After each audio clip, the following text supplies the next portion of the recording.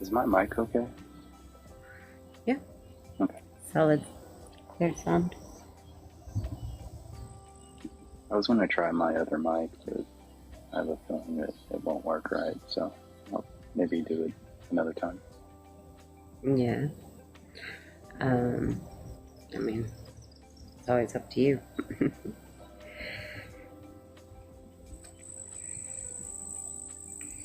Always, always, always. I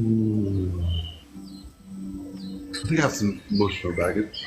I think that's nice. Of course I do. Everyone knows. Yeah, I think we all do. It's just recognizing it, for sure. Mm-hmm.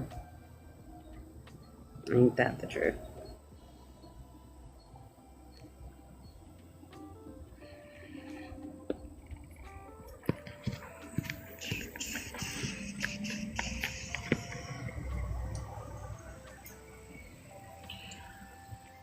Try not to destroy my mic on you.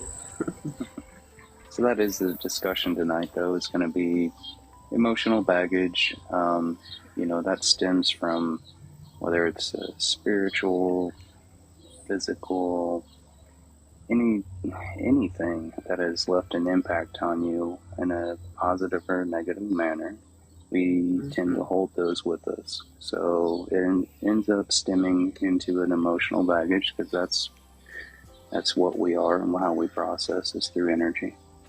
And so that's why I would, just kind of basically went to emotional baggage from there. Thank you.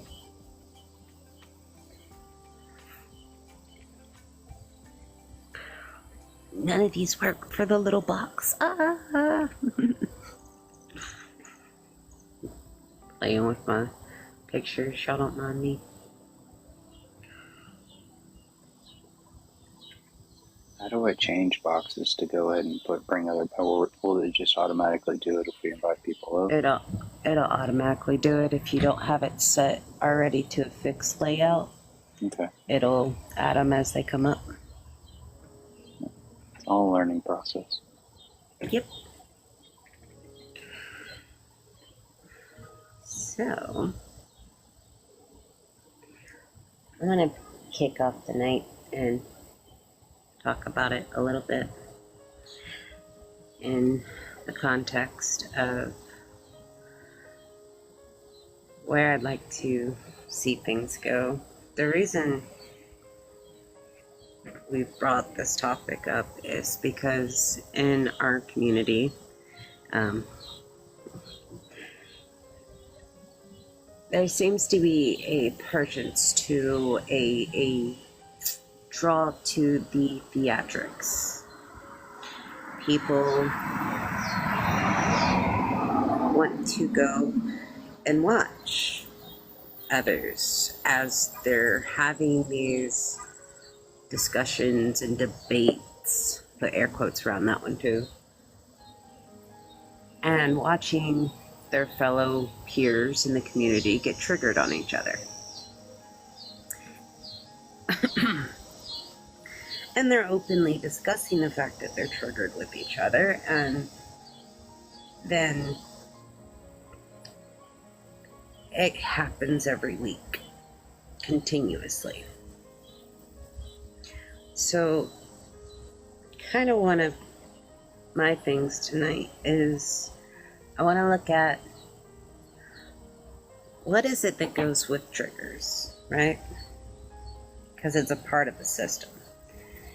Is your emotional baggage weighing you down? Let's look at that. So you got your baggage, right? Which is the initial trauma, the initial incident that caused the trigger. And you have your attachment, the attachment to that emotion, places, people, right? That bring you to the baggage and connects to the trigger. So, how do we move past the point of just running around getting triggered on each other? Because that's not where we're at, you know? We have to move past that point. The biggest thing is going to be discussing it and actually looking at it. Not just discussing the trigger, but taking the responsibility to follow that trigger through the attachment to the baggage and actually unpack the baggage and look at it and start doing the shadow work and the mirror work. Reparent your inner child if it was an inner child trauma, whatever the case may be. Go to that wounded version of yourself and show that version of yourself compassion and understanding, and help that version of yourself heal and let go of the trauma that happened in that moment for them. Can I ask a question? Yeah. So would setting boundaries in the moments of healing be beneficial? To kind of have a boundary in the, like for right now, I think we all create boundaries and those boundaries fade away as the healing process happens. You think that would be beneficial? And then, of course, honoring those boundaries, to create that level of respect and give you that space of healing as well, Yes. Right up front, boundaries is how you eliminate it from happening again. So basically, you have your system of baggage, attachments, and triggers. And then the next level is boundaries. You work on the baggage, it helps heal to where you don't have that attachment and that trigger. And then you set the boundary to keep that type of trauma from happening again. Now, here's the thing with boundaries. A lot of people don't understand. It's great and wonderful. You want your friends and your loved ones to respect your boundaries, yes. But more so than that, boundaries aren't made to just be respected. They're made for you to uphold. So when you set a boundary, make sure you are setting a boundary that you are going to follow through and uphold said boundary. And what happens when you create a boundary is you create an access point to your energy, right? And you create a doorway. And you say, okay, if people are meeting these conditions, this is where healthy conditional love comes in. So if people are meeting these conditions, they are able to access my energy in this way. Now, when they are not meeting these conditions, I have these boundaries. And I uphold these boundaries and withhold my energy from them based on the level of action I need to take for myself, kind of thing. Welcome in, everybody. Welcome in, welcome in. I also have a question to ask. When we talk about emotional baggage and triggers, being triggered, when is it your actual responsibility to first off, when you any conversation you have or a debate or whatever it is, it's a dance. And if you choose, now there's things that can happen in your past that will bring up things. But if you choose that to affect your current now, obviously you already talked about shadow work, with and doing that, and then allowing yourself to be roped in, and then all of a sudden you're feeling negative and bad about the whole entire experience without actually learning anything, without even and then don't reflect on it later. When is it our responsibility? It's always your responsibility. And that's something that people don't like to hear or understand, but it is always your responsibility to handle how you react to the world and everything around you. It is your responsibility to yourself, in fact, as your own sovereign, divine reflection that you are. It is your responsibility to you to always be responsible and take your accountability, because you are responsible for your reactions. There's very little we can control in this world, and one of the very few things that we have control over is our reactions to what is going on around us. I just wanted to seal that to the point. Now, with that said, don't do anything you're not ready to do. I'm going to talk about stuff. I'm going to tell people the steps that I took, but that doesn't mean that everybody's going to be ready to take that step. Some people, they might have to stumble 4, 5, 6 more times before they're ready to take that step. Only do what actually resonates with you and you actually are ready to do. Don't push yourself because you want to try to catch up to someone, or you're comparing yourself to someone else and seeing that you're not where they're at, because you are not in any competition. It's just you. It's just your ascension. That's all you have to focus on.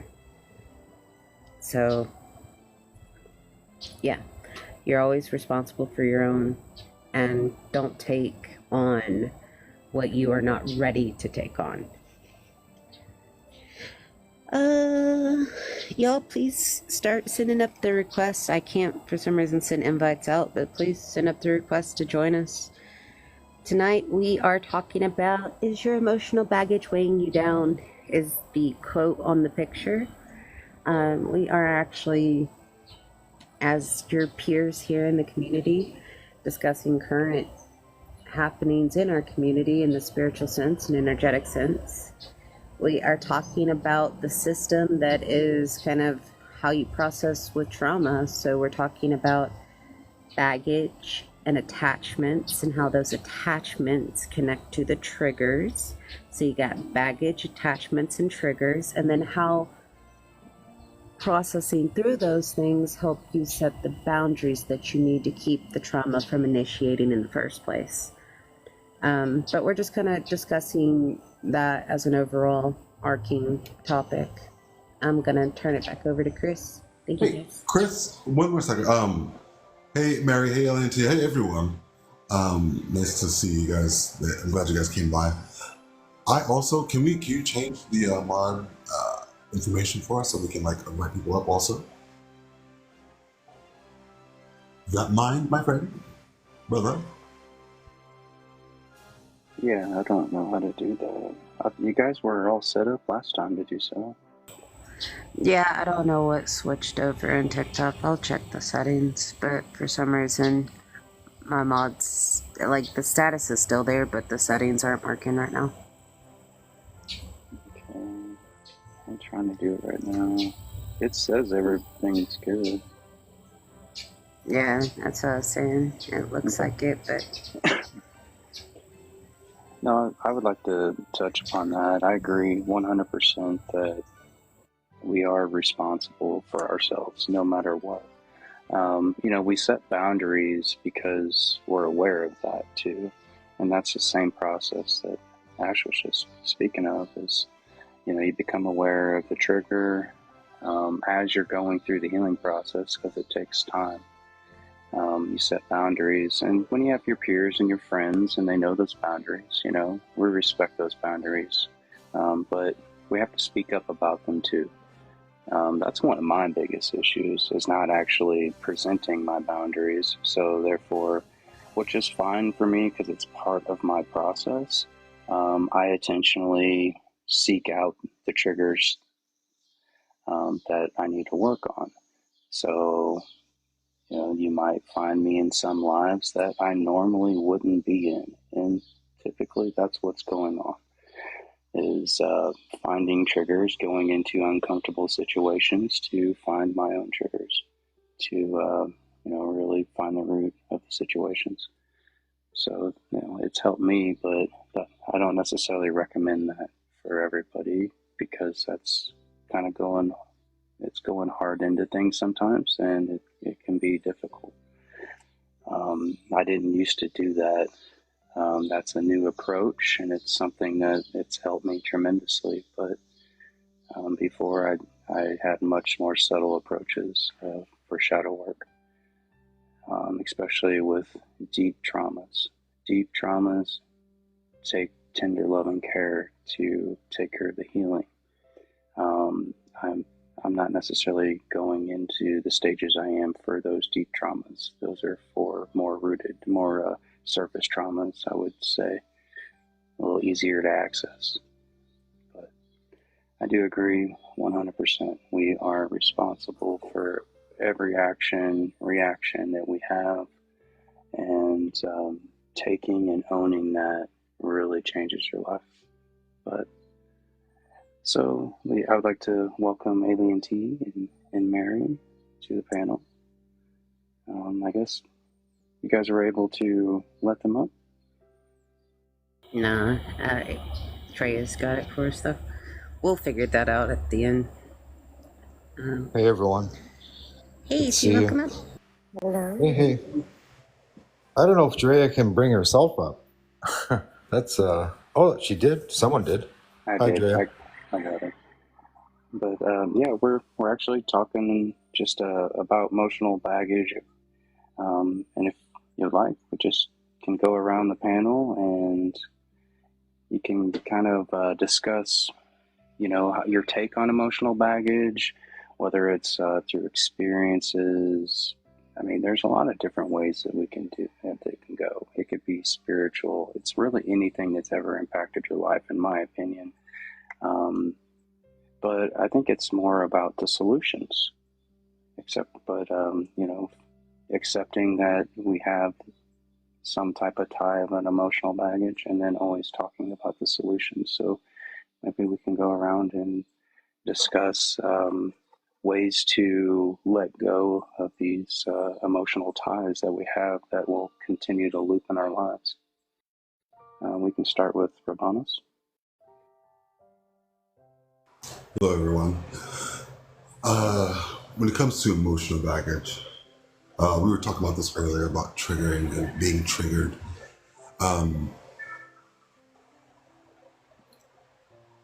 When something is happening in your life that you don't like, it's your responsibility to either try to understand it, not understand them, understand it for yourself, and then move forward from that.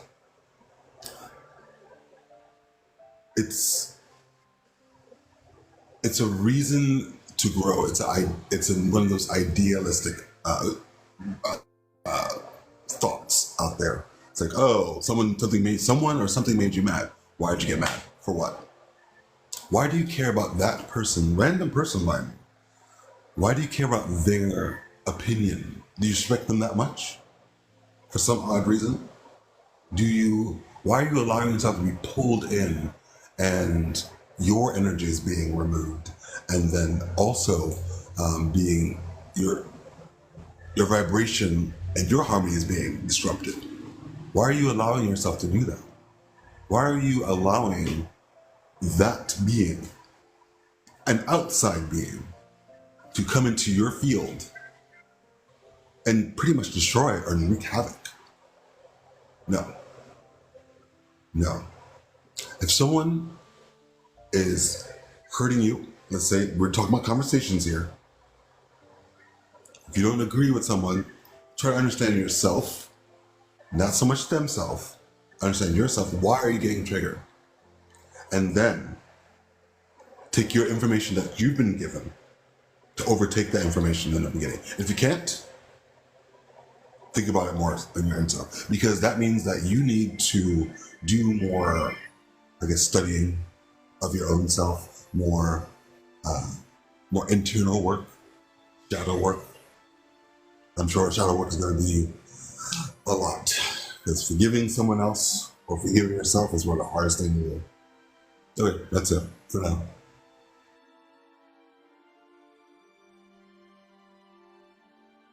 Thank you, Rabanus. And I agree 100%. I appreciate you sharing. Ash, would you like to go, or Uh, I've already kind of rambled on a little bit, but I will, for the sake of the flow, kind of reinstate some things here about what I've already said. So the thing with the baggage is it's the initial incident, it's the trauma, it's the memory, and yes, you have a responsibility. You have a responsibility to yourself and others not to release those triggers into the community, and on others who aren't consenting. Now, with that said, I liked what I liked the comment that I'm trying to scroll back to her name. Sorry, give me a moment. I was a little bit slow here. There's been chatting. Jenny from the talk. Yeah, she said it's about meeting others who are willing to help you unpack your baggage. So I want to say that's a beautiful statement, and in part there is truth in that statement. It is amazing, but always think about the rules of consent, guys. If you aren't, I know this is going to sound very brass, this is going to sound very on the cuff, and it's, I just want it to be this clear. If you know that you aren't willing to expose your body in that setting without having everyone's consent, why are you exposing your internal emotions and traumas and triggers? You should have that same level of care and respect for all aspects. It's not always easy. I know that. I grew up and overcame many many of the acronyms that were applied to me. And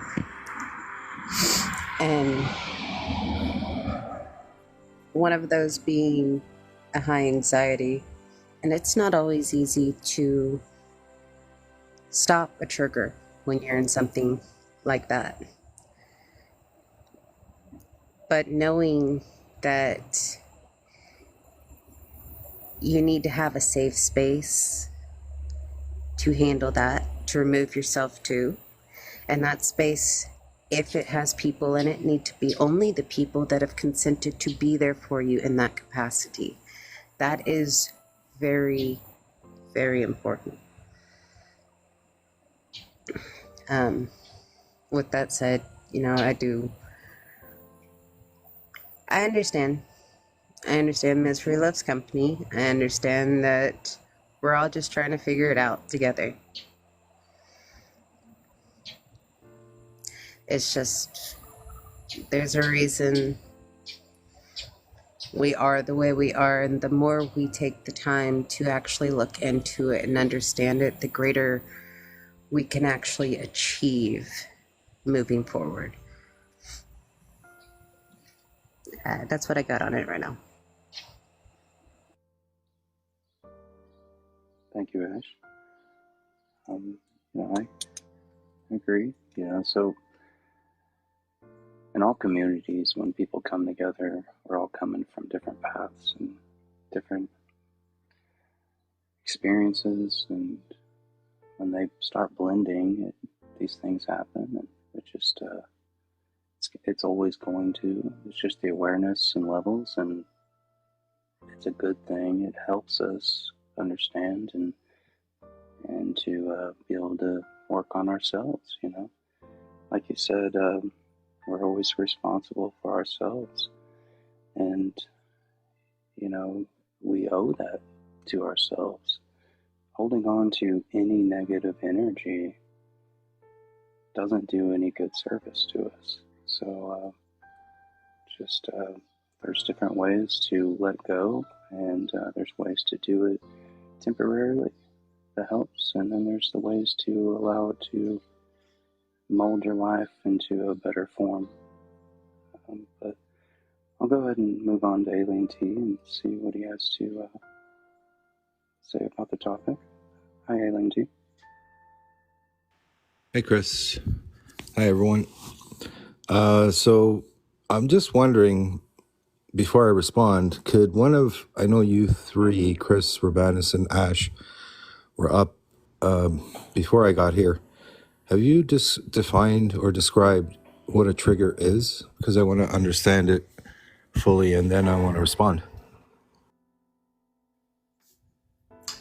Ash, or to me, it's simply put, when someone brings out a negative emotion within inside of you, or a subject, someone else is literally, you are reading something from some weird post and you do not like it.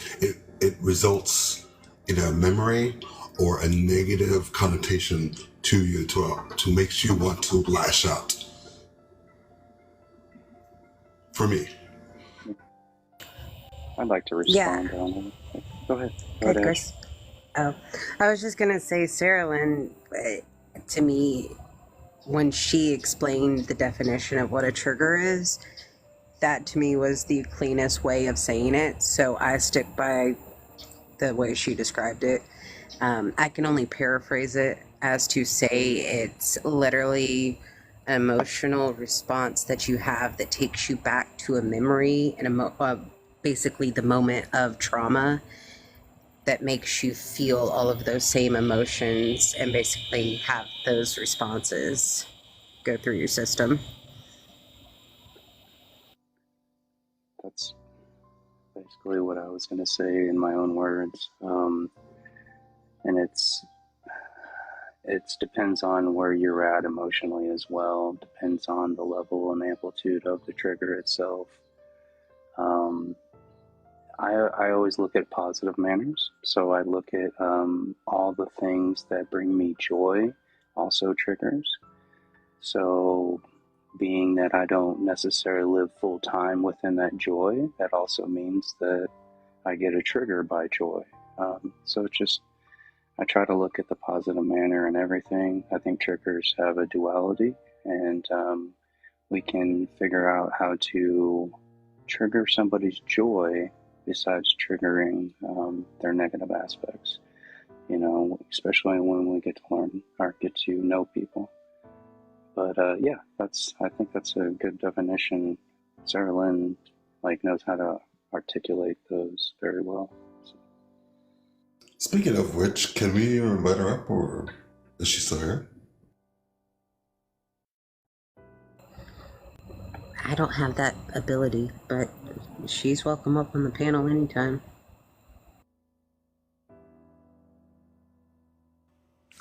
Okay, beautiful.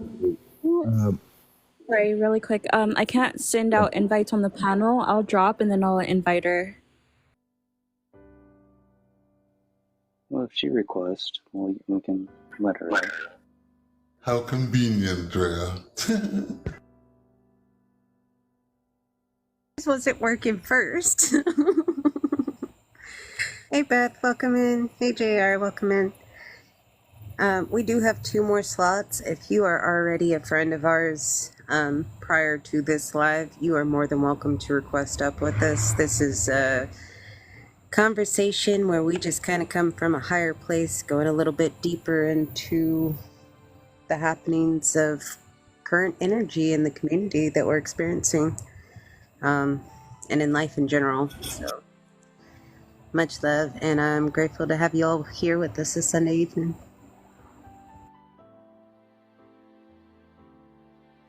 All right, so thank you for clarifying it, because I've always felt it is a duality. You can have positive triggers, if we're going to call them triggers, but most of the time when people talk about triggers, it could be received where it's a negative within you, causing you to regress to a to a negative memory or something like that. Is that not a positive still, where if it's still there, it needs work within you,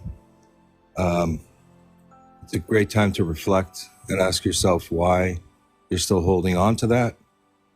Have you received the lesson from it, allowing you to let go and keep that gem, kind of like sift out, like when they're mining for gold, you sift out the sand and keep the nuggets, right? I don't mean to minimize some of the trauma that's out there. I know there's some big ones, but to me, a trigger is an opportunity. And I don't see it as a negative. I don't. And to be honest, that's the best way to look at it, because that's instantly you're going to be thinking about solutions, and that's what we need to be thinking about always. Accepting what is, finding a solution for what doesn't serve us per se. So it's always a positive manner because it's room for growth, and we just need to make that growth.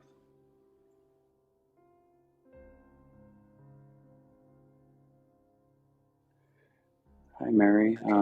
Would you like to speak about the topic about emotional baggage and just anything that anybody's discussed?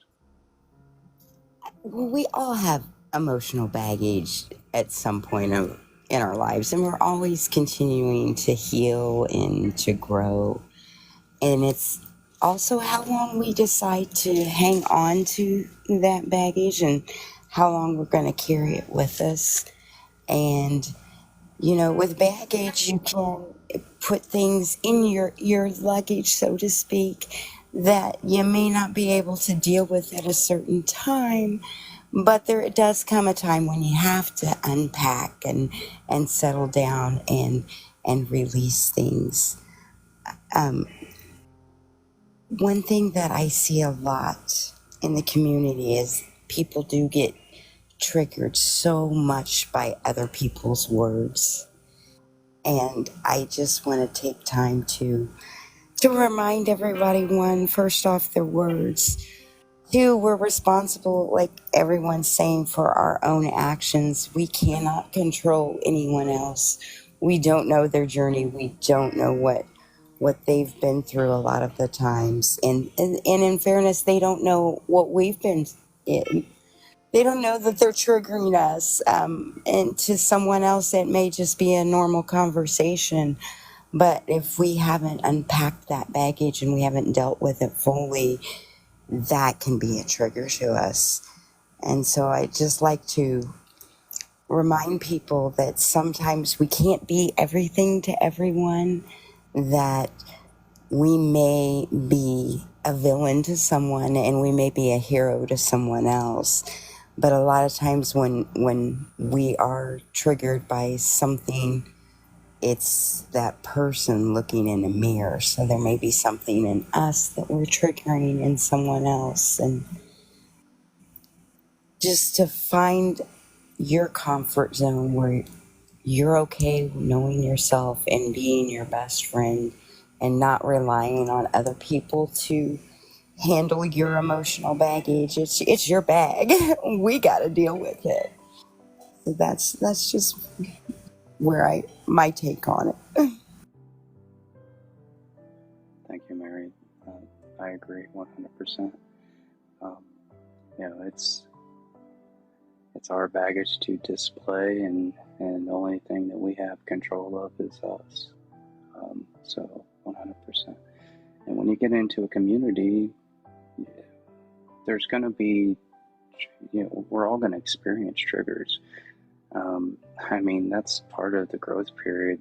That's what subconsciously brought us there. We want to lead spirit. It's for healing, it's for growth. And we all have different facets of growth that have to be done. And we grow as a community that way. It's rough sometimes, but it's beautiful at the same time. And so it's just, I appreciate all of you guys. I really do. I'm going to move on to Drea. Drea, would you like to speak about the topic?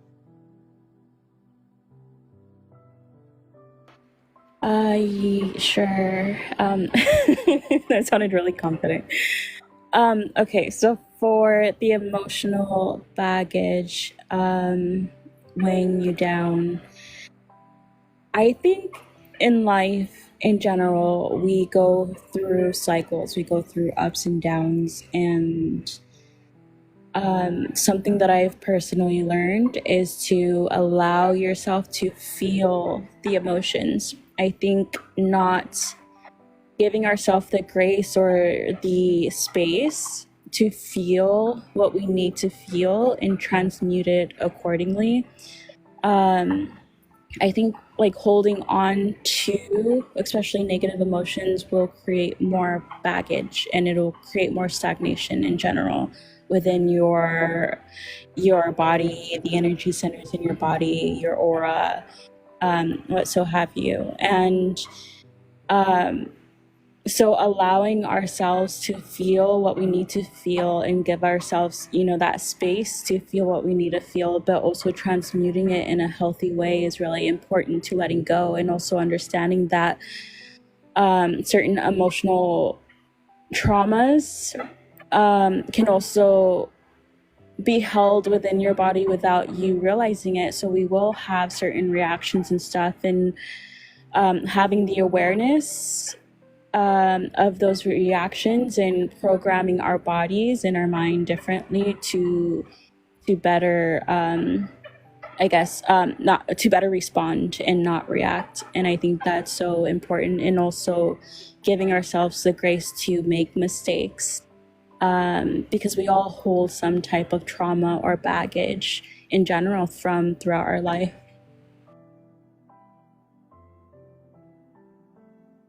For sure. I mean, and that just kind of goes on to how could we appreciate love if we've never experienced the duality of that. I think everything has, evolves over time, as far as our emotional base, how we process it and understand it and heal through it. It just kind of moves on from there. So, Sarah, would you like to speak about the matter? I'm sure you have great things to say about it. Yeah, I think emotions can be very difficult to understand because we often don't realize what our triggers are until they're placed right in front of us and we're in that situation. But that becomes complicated when we're dealing with other people.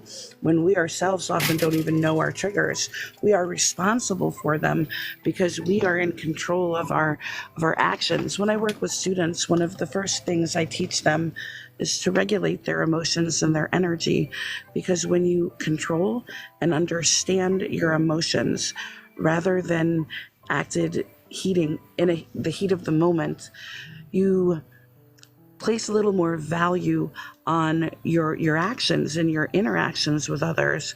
You think past that moment to the why do I feel however you're feeling, whether it's being attacked, whether it's upset, whether it's even happy, and you develop a relationship with that emotion, because all of the emotions that we experience have value. When we're scared of something, we're scared for a reason. When we're angry with something, we're angry for a reason. When we understand why that is, we can develop the best course of action in that moment and with future interactions. Definitely. And it's really like it almost has to take steps. So it almost has to kind of slap you in the face to an extent. And I think that we kind of can go through that even in reflection, through shadow work, depending on how rooted it is and how much of a defense mechanism that we've naturally created for blockage. But sometimes I think you have to have it right in front of your face, almost the exact scenario played out again to resurface. So 100%, I agree. Beth, would you like to? Hi. You're so quiet. I'm sorry. I have to add some laughter. Everyone has spoke You're to so what. cute. Hey, Parash. Everybody spoke to what it is, but I'm just going to directly answer your question because it asks, is your emotional baggage weighing you down? And no. No. Mm-mm. That's all. Well, that's good. I'm glad to hear that. And mine personally doesn't either. I think it just like it has for many times in my life that have brought to surface that I've learned to somewhat reprogram my subconscious mind for more of a positive manner when that energy comes back around. So, but I think we also have natural triggers, like for instance, we get into um, your different signs and the different energies and planets align and how that it can affect people as well. Different portals and gates opening, and it can get into triggers that we don't have necessarily an experience. It's just more of how we're receiving the energy and processing the energy, because usually that energy will reflect on something similar that might have been a trigger per se. You know, so those are things that I think we need to get into more of transmuting, and some people can do that just from thought. Just from thinking about positive things to transmute your energy, so you're generating a certain level of energy to overcome the receptive energy. But that's another story. I think Bren can touch a lot more about that, honestly. So, Bren, would you like to talk about the matter? Yeah, and I figure probably the best thing that I can contribute is giving someone of an idea of how to really help somebody when they're in that triggered crisis state. Because usually when you see somebody or even yourself are in that state of being triggered and having that loss of control, usually that's when you have an immense buildup of these suppressed and repressed emotions, thoughts, and all that it's clogging internally on the emotional and mental body, that it starts to affect your emotional health, mental health, and spiritual health.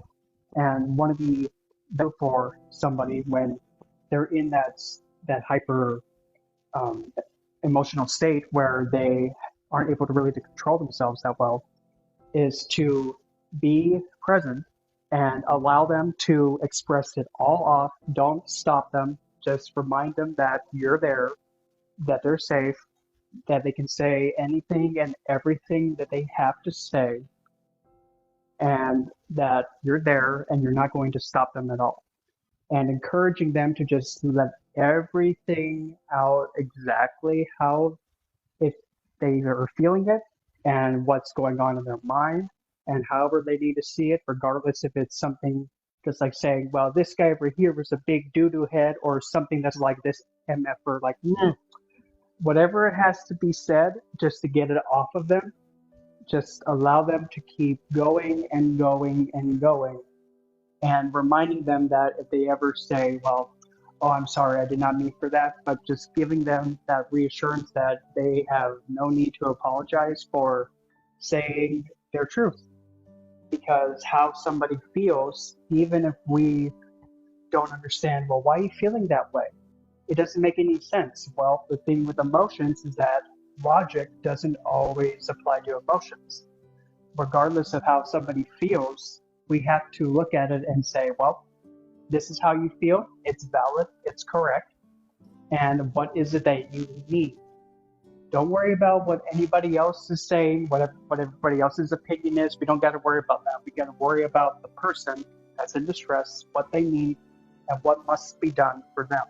And giving them that constant acceptance and that there is no right or wrong. All that's needed is what's best for them. And this is something that I just am naturally really proficient in. And I just remind people that wherever, how long you need it, that's just what it is. And there's no such thing as something that's too intense or too disturbing, because at the end of the day, the individual at the core is an individual just like me.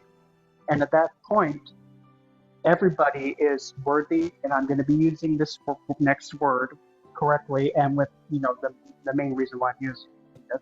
Every individual is entitled to be given that acceptance as if somebody else was looking for that support as well.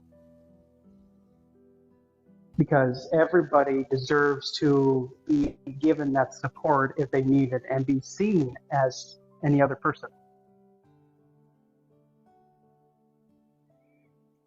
And I like that. I like that you brought that up. That's what a community is all about. A community is about acceptance, love, and care, and growing together. So it's about being aware of ourselves and aware of our surroundings. So it molds into a family, and I look at how I treat my family. That's how I want to be treated in a community, and I feel that way in the community. But I also project that. So it's I do agree with you 100% that we all need to heal certain aspects, and we're all entitled to have that space to heal and have that help to do so. And even sharing something as simple as sharing an experience can be the next step another person needs for their healing process of whatever it might be. And what just happened to me tremendously. I'm an observer. I don't speak that much. And observing has taught me so many life lessons that has healed me tremendously in multiple different aspects of my life. So I really enjoy what you had to say, Brent. Thank you. As far as going next on this, I mean, we all know that we have emotional baggage, and so we know we're responsible of how we respond to that.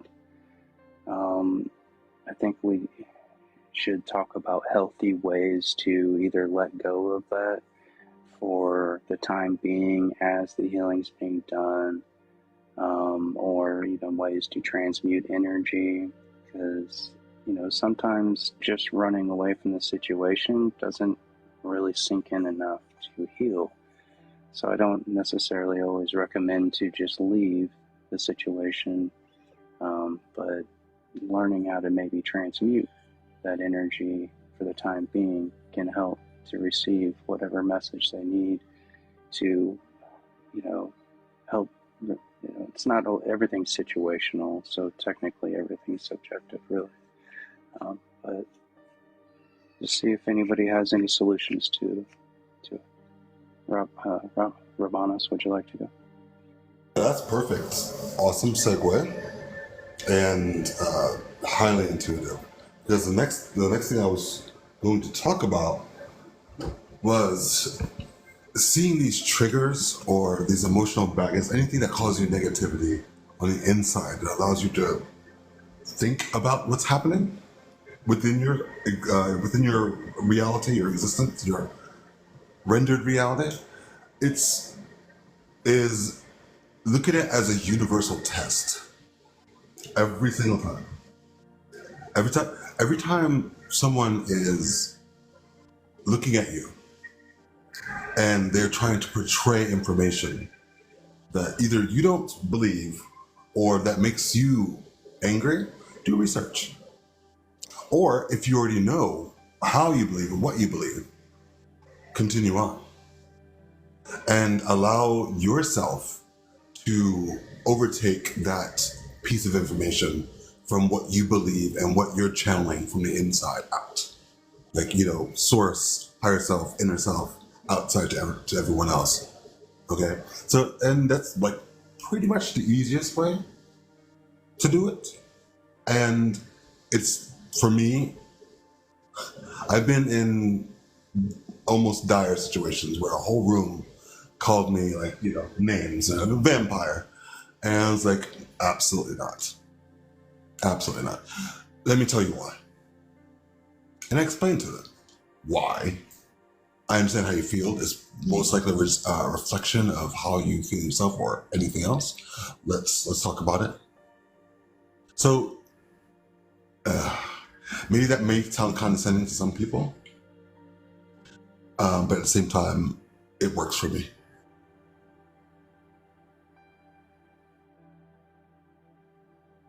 You. Okay. And there's nothing wrong with a direct approach. That's a lot of times that settles things pretty quickly if there's ever some type of exchange. So I agree 100%. So, Fire Ash, would you like to speak? Oh, you already know. just sit down. I'm good. I don't need a lead way. No, actually, I'm really glad we ended up rounding out the panel tonight the way we did, because there's a lot of really good information going on here, and addressing how can we individually as members of the community help each other in these scenarios. Like what Bren was talking about was great. Now I would want to add a caveat of please try to encourage that person to go out of the public, out of the big groups while they're in a state of trigger, so they stop receiving that extra stimuli from all the other group members, and try to go to a more closed setting where they can actually process through in a safe environment. That's what I say, create a safe space. If they're your friends, be your friend's safe space. It's very important. Like, all of my friends know. They know. They can call me and I will be that safe space the same way they are for me. They know that. Now we talk to each other other times, but they know that they can do that and that will happen. So, yeah, it's one of those things. I myself even have a word. I will literally call for a campfire if I'm processing something and I can't process it in a big group, and I'm needing to break away and handle that information. I will literally say, hey guys, I need a campfire, and just go and process it. So to me, that's one of my big tips I give people, is give the time, space, and grace to process the trigger and the information.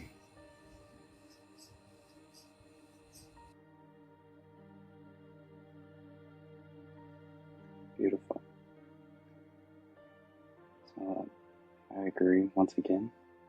And that's,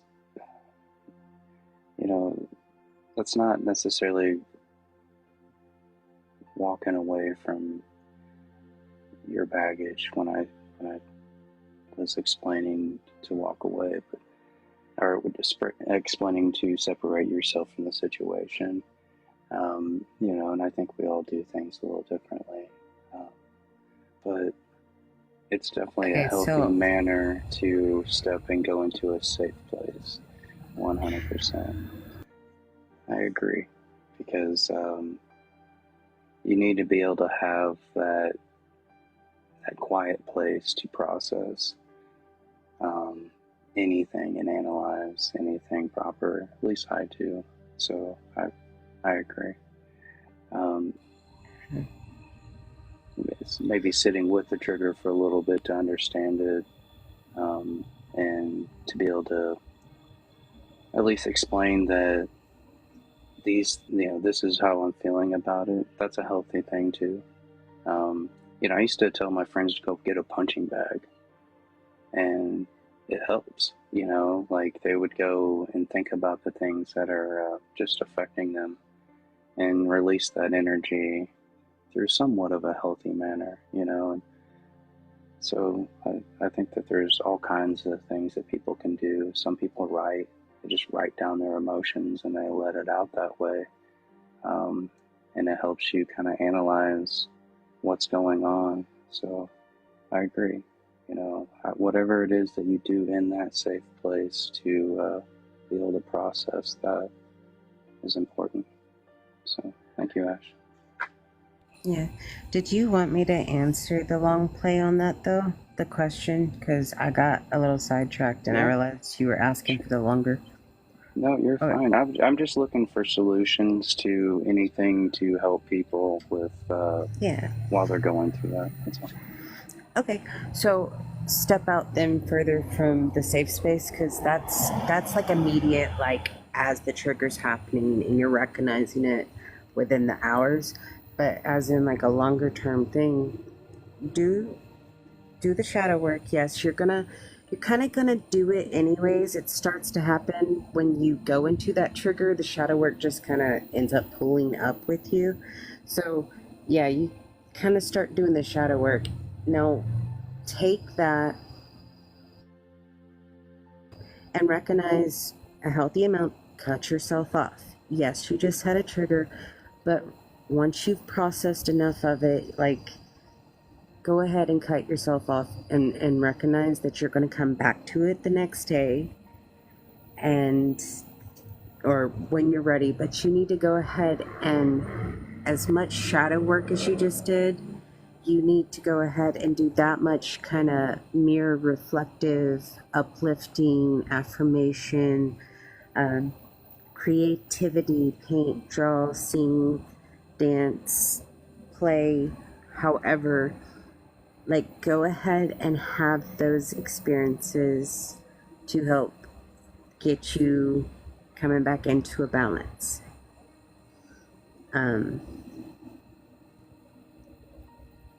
I do what I call me talks, which is I will do all of my self-care combination with light therapy, sound therapy, positive affirmations, and so on. So that's kind of how I work through my triggers is I face them, I take them to a private location, I honor the feelings, I process through them, and then I start doing other things that are healthy and productive to help me grow through the process. So, yeah, there you go. Thank you. I appreciate that. I think there's different ways to go through different types of triggers. Like, for instance, fear. That's kind of a trigger that's developed that you almost have to hit head on to kind of overcome it. At least in my experience, growing up racing, it was a different level of fear it was a level of fear that I developed to kind of get over that hump, whether it was doing a 80-foot triple or whatever it might have been. And then I finally did it and I got over that level of fear. And the next step would be that same level. And just have to keep facing it. So, I think there's, depending on the energy and the aspect of it and how delicate that trigger is, really depends on how we need to handle it to an extent. So, Alien T, would you like to talk about? It's basically solutions to remove, the baggage that could affect us the day to day, and in a healthy manner.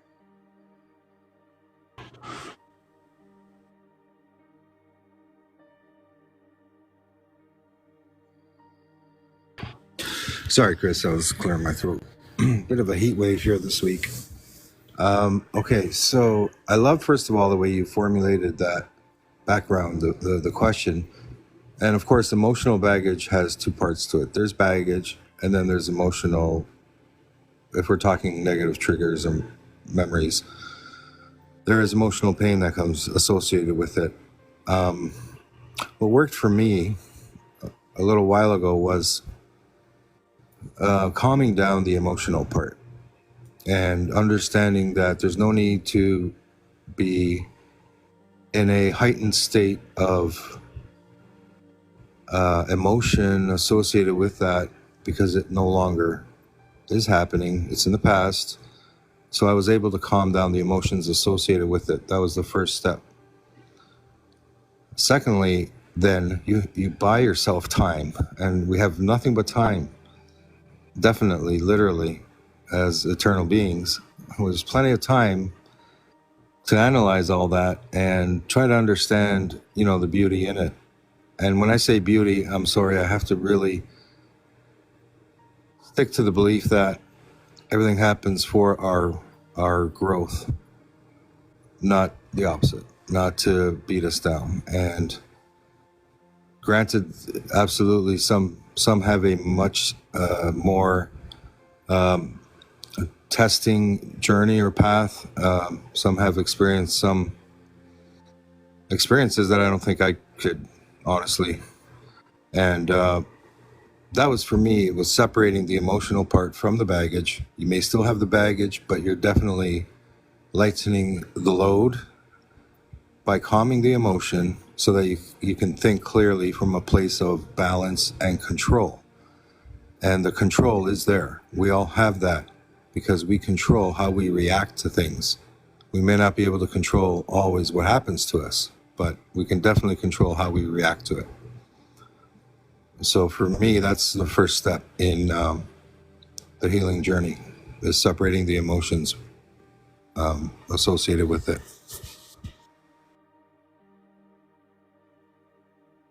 I agree, 100%. Thank you, Alien T. And I think that one thing that helps me is if I'm in a discussion and I'm talking to somebody that in a live that I haven't really spoken to before, or maybe a couple times, and they may say something that triggers me. What helps me in that moment is knowing that they didn't actually know that. And it helps me a lot. Just knowing that it wasn't intentional, it was just something coming from their path and their experiences that's just overlapping into an energy that I'm recepting as something that's within my path and my experiences. So that does help me to where, it's different when it's intentional. That's different. That's something that is toxic and should steer away from. So those are things that help me in the moment, but it also surfaces that energy. It's a reminder. It's something that that I need to continue to work on. And we don't ever forget, but we can at least transmute how we perceive an experience that we have had before. And it's good to have those experiences. We can utilize them as tools. Sometimes we need that fiery edge to get us through a situation and go into survival mode just to survive for whatever situation it might be. So it's nice to have that in the backpack, if you want to call it that. So, but Mary, would you like to speak about just different solutions? Yes, I think one of the biggest things that you can do to be prepared is knowing yourself and knowing who you are, and having the grace to stand in that, and finding out what really speaks to you and what speaks to your understanding, to put those tools in your backpack or your tool belt.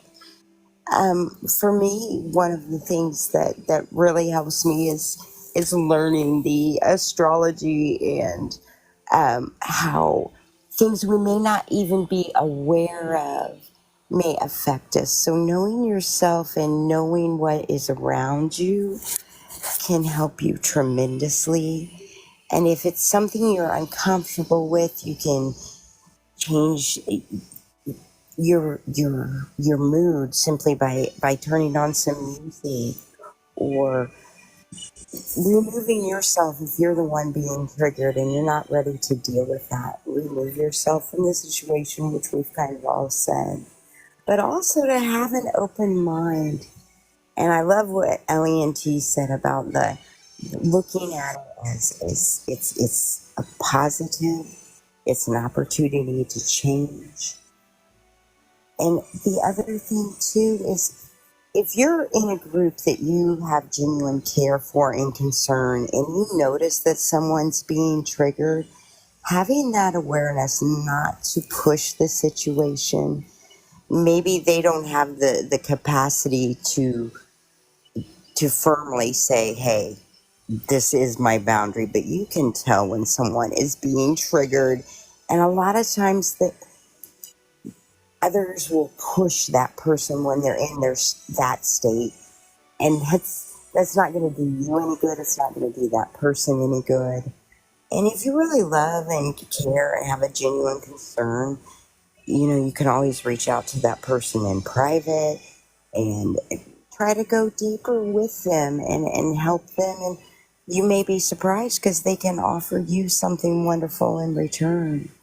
So just having your mind being open, and being kind, because sometimes I see people, and even in myself, where we can not be so kind, but having grace and kindness in the situation can go a long way.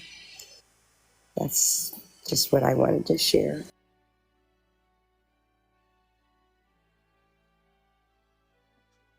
Thank you. I appreciate it. You're speaking truth. So I resonate with everything you were speaking of. Drea, would you like to speak about just solutions to, emotional baggage to the day to day?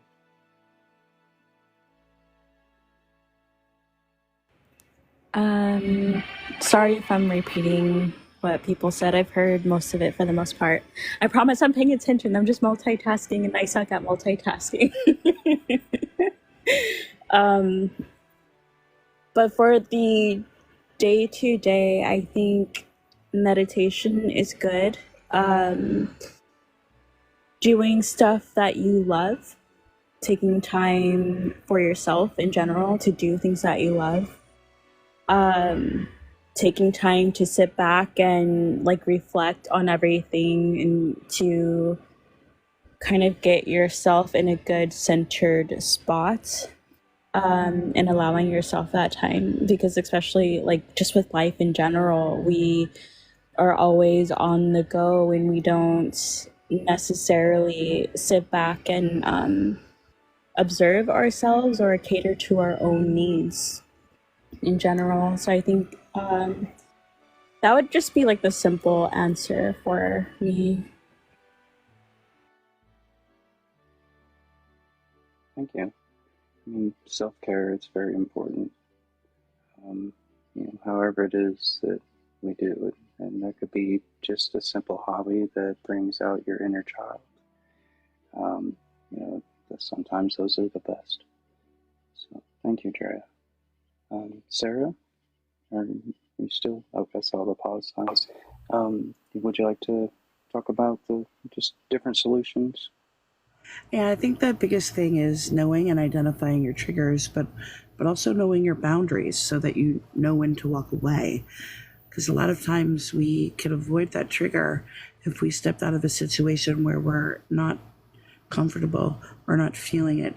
Sometimes we place ourselves in situations that are unpleasant and they bring up those triggers that we haven't dealt with yet. There's a really good book called Stop Doing That Shit by Gary John Bishop. It also has a workbook which you can purchase with it called Do the Work, same author. And when you go through and you do that, it helps you to identify the problematic things that we do every day in our life that we don't even realize we're doing because we place ourselves in situations that we know we're going to be uncomfortable in. So when you go through that, it helps you to identify that. It helps you to work with the specific interactions that you have on a regular basis with your friends, with your spouse, with your children, and it helps you to work through that. Yes, Gary John Bishop, and it's called Stop Doing That Shit, and then it's got a workbook called Do the Work. They are a very, very good place to start when you want to get that sort of self-help. It's available on audio and, you can order it in the text as well. So I know some people don't like to read as much, but you can get it literally in an audiobook. And the workbook is kind of cool because it gives you specific incidences that are generic in life, and you write what triggers you in that situation and why. So it helps you to identify these things. It helps you to understand why you're doing it, why you have that reaction. And I think that's important to know, because when we're just thinking about it and we're not writing about it, feeling it, experiencing it by ourselves and processing it, we don't understand where the root of that is. And that book is pretty difficult to complete. It definitely forces you to confront yourself, but you develop a better understanding of yourself along that journey. And I think that holds a lot of value for any interpersonal relationship you want to have. Yes, definitely. Getting down to the root. So, that energy just keeps coming back around in different stages and different scenarios. And without going into that full reflection and going deep into that reflection, we're just, in a sense, blaming it on that surface situation in the now and not getting down to the root. So I agree.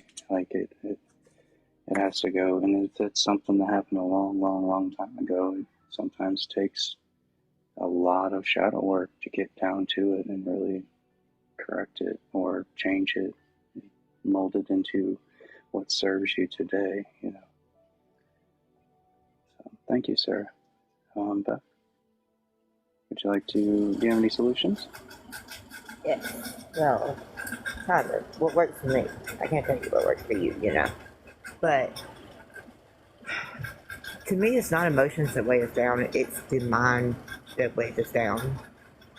Because we, instead of feeling the emotion and feeling the uncomfortableness, would rather overanalyze it or make ourselves believe an illusion that, we're not really emotionally attached or we're not really emotionally in pain, because isn't that what changing the perception or adjusting the lens is sitting there and analyzing the actual feeling.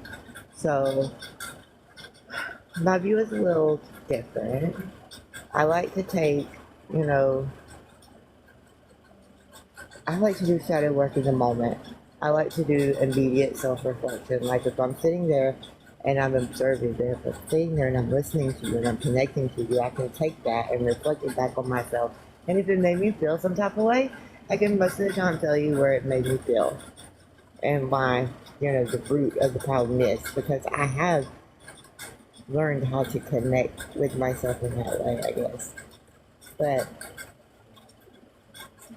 I think the solution is just being mindful of yourself, mindful of others, giving yourself that grace to, when in moments, just flow. If you don't have to do trauma work in certain moments, why would you do it? Because it's going to flow to you anyway. You're going to have to go through it and feel it in some perspective anyway. So let it happen naturally. That's the natural cycle. If you can handle it in moments and you can reflect on it in the moments that it come up, then most of the time you have a better chance of changing that lens or changing that perspective on it and seeing a new one. So mine is just be patient with yourself.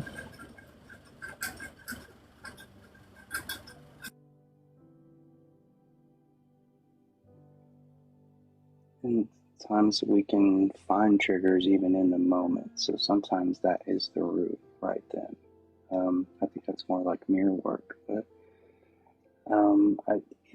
and I think that can work for people if they can handle those triggers in those situations. I think it just depends on the level and the effect that had. Some triggers go as far as having physical effects to the body just because of the root of it. So for me, I had some of those triggers that created physical effects and made it to where I just couldn't function very well the day to day without taking medication day to day. And it wasn't until I did my reflection, deep shadow work of what was causing those misfires per se, that chemical imbalance within myself, to correct those. But certain triggers, I can definitely just be there within that, in the moment, and still be a healthy manner. It won't have a tremendous effect on myself to do so. So I think that's perfectly fine. I think it just depends on everyone's experience, what effects they have on themselves. Should kind of give them the discernment on how they should handle that for them. So thank you, Beth. Appreciate it. Bryn, would you like to speak about solutions to removing day-to-day baggage or emotional baggage, kind of letting go? So. Yep, and I think probably the best advice I can give is to actually share what I actually have to face on a daily basis. And this actually might get me a little bit emotional too, but it's just it is what it is. But one of the things I have to face, and I've had to accept this for a long time, but one of those things is actually something that's lifelong, and that life accepted for half. The person that I fell in love with 14 years ago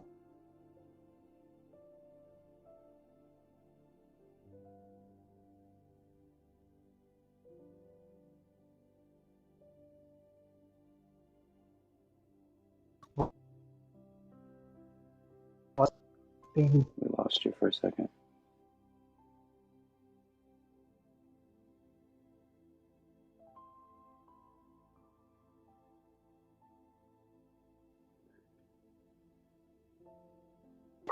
perfectly functionable.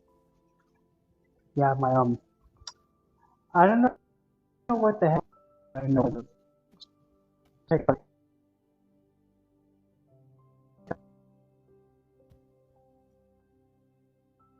Yeah, I don't think he knows. Sorry to interrupt. I don't think he knows his bars are. His connection is very low. Brent, if you can hear us, your connection's very low. We can't hear you. If you can go next to your Wi-Fi, How that'd be better. about now? Yes, we can hear you now. You're good. How about now? Okay, good. I'll just stay planted here then. Okay, so what part did I get cut off at?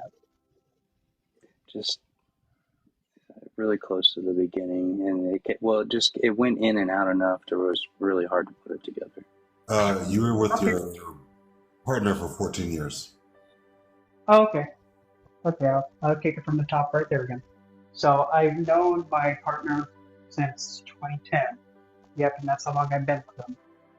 And I watched him go from being like a wish come true to now developing slowly into schizophrenia. And watching that, I mean, at first it was something I refused to believe. And I was thinking that this can't be happening because not only because, you know, of how he was as a person back then, but that's like, well, that's my other half. This can't be happening to the person I love, and I just can't accept it. And I used to just constantly figure out, well, what did I do wrong? What could have I done to not let this happen? And things along those lines. But then as time went on, I just made myself sit with it and constantly think about, well, now that he's in this state, what good is it going to be to constantly deny it when it's happening in front of me? Instead, look at it as, well, this is how it is now. And instead of looking at the issue and what he's being constantly faced day in and day out and having to force myself to adapt to him, instead look at it as something to be kind of like the inner flame to motivate and drive him forward to be more there for him when it's needed. Instead of thinking about it as in like, you know, he's never going to be the same again, that's making it too complicated. Instead, keep it simple and think, well, it's still him. Even though he's not the same as he was back then, it's still him. And since it's still him, well, there we go. Keep it simple. That's still my significant other. Is he ever going to be the way he used to be? Maybe on some good days, possibly. But if there's some days that require more attention, more effort, and more adaptation and unconditional acceptance, then that has to be done. And and I know it does take a toll on me at some times, but at the end of the day, like what I mentioned before in another live with, I think it was Pixie's live, that I mentioned that, well, in all honesty, as Radha is to Krishna, I am the same to him. So if something brings me life, even if it does challenge me, well, sometimes, usually when it comes to a partnership or a significant other, that's part of somebody's growth. The other individual that they're with has to be both be the force that challenges them, but then also gives them that inner inspiration to thrive at the same time. And the best thing that I've learned is that to just break it down to the most simplistic thing as possible, go right to the core, is, do I have to accept the fact that he may be gone for good as he used to be? Yep, that might be the case. But at the end of the day, it's still him. And if it's still him, well then I have nothing more to worry about. And I have nothing more to mourn about because, I mean, there he is. So that's like what was mentioned earlier about transmutation. Having something that is too intense to handle, but then looking at it and realizing, well, break it down to the simplistic pieces, get everything big, fancy, and woozy-woo and just unnecessary, like, okay, he has this condition, he made these mistakes, he's done these things out of lost control, he's been doing really dangerous things, and he's done some things that could have put his life and mine in jeopardy. That's too complicated. Break it down to the most simplistic thing. Is it still him? Yeah, then that's good enough. That's the process that I use. And it's helped me for years. And that's what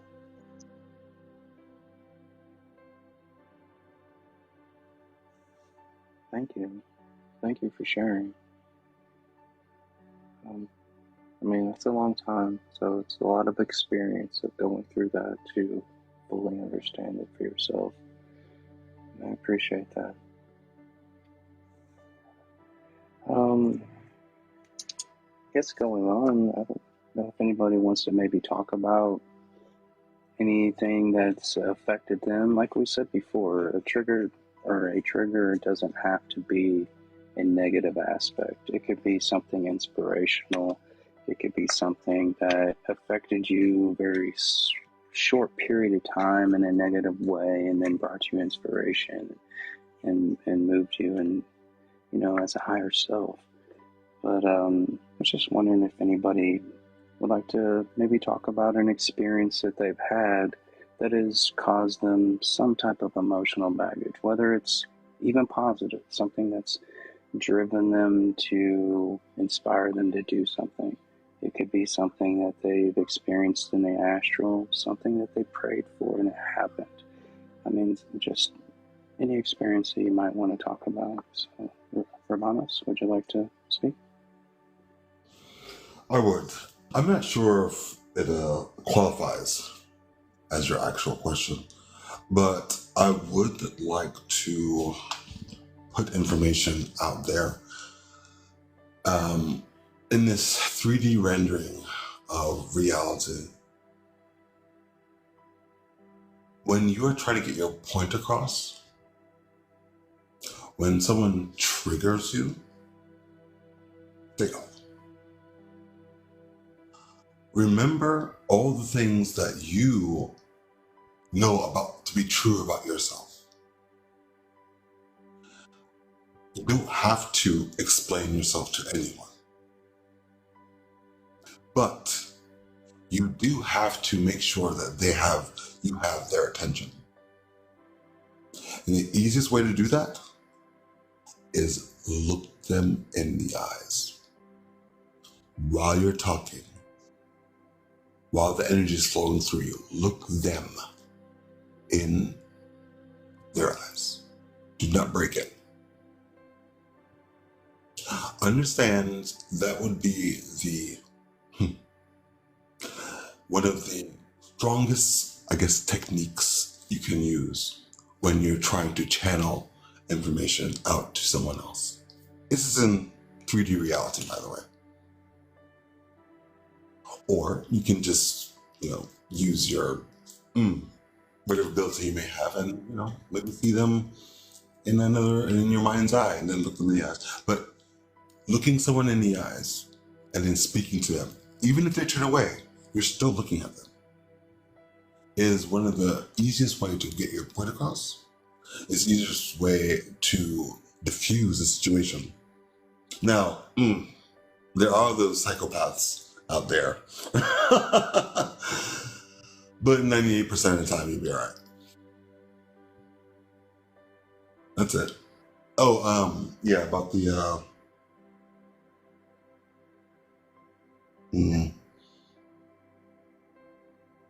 Can you rephrase the question,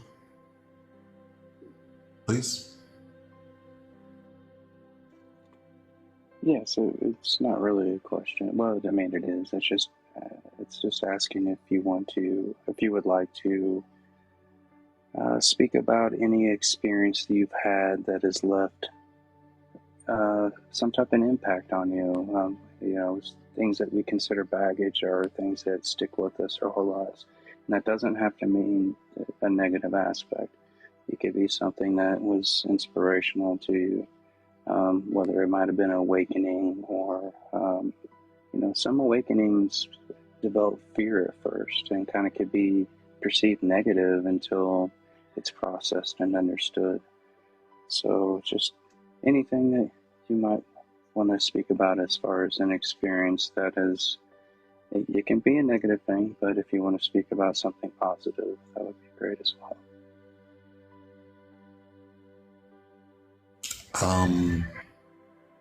Using the technique I literally just talked about, when you use it in an interview or where you are in a conversation where you're either with an equal or someone that you are intrigued with,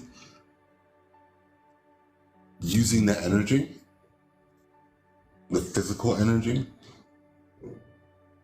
that allows you to pretty much send your electromagnetic energy out there to you, to another person. It can help you get jobs. It can help you get the ear of a person that you admire.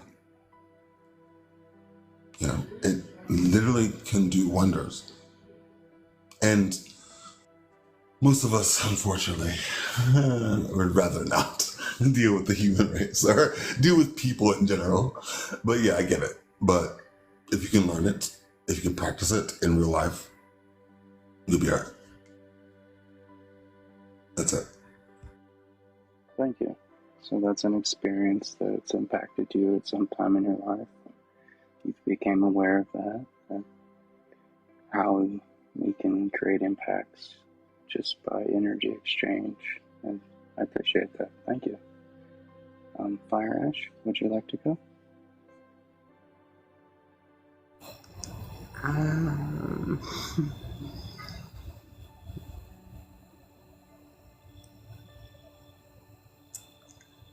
So I'm trying to decide which one. Which one? Which one?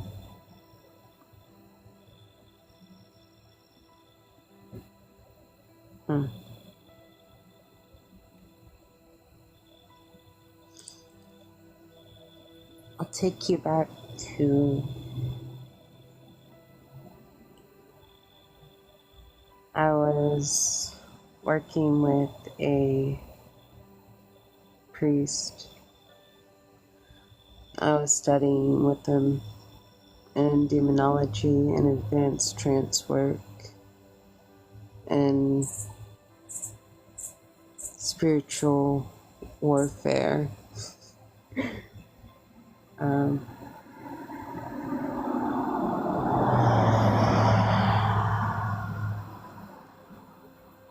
And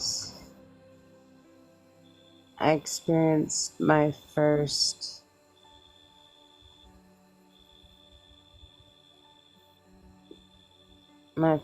time actually losing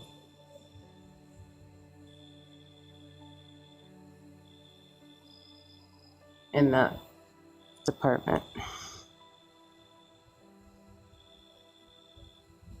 I had a psychic break. It took me close to 6 weeks before I could even lift my pinky in a psychic way.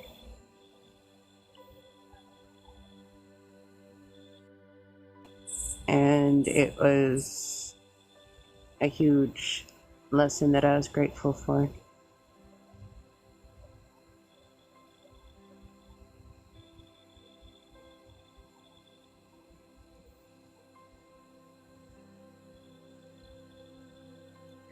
I finished after that and passed the course.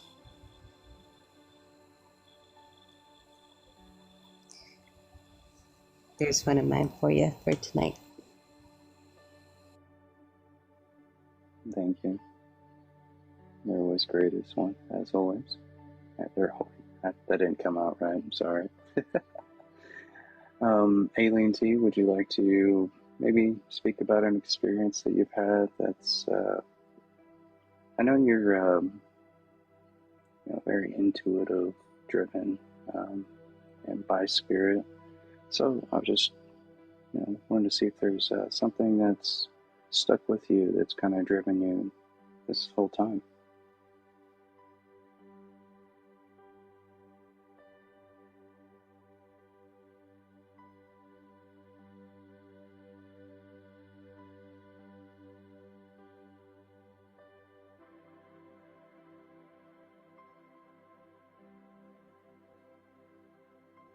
Are you with us, AT?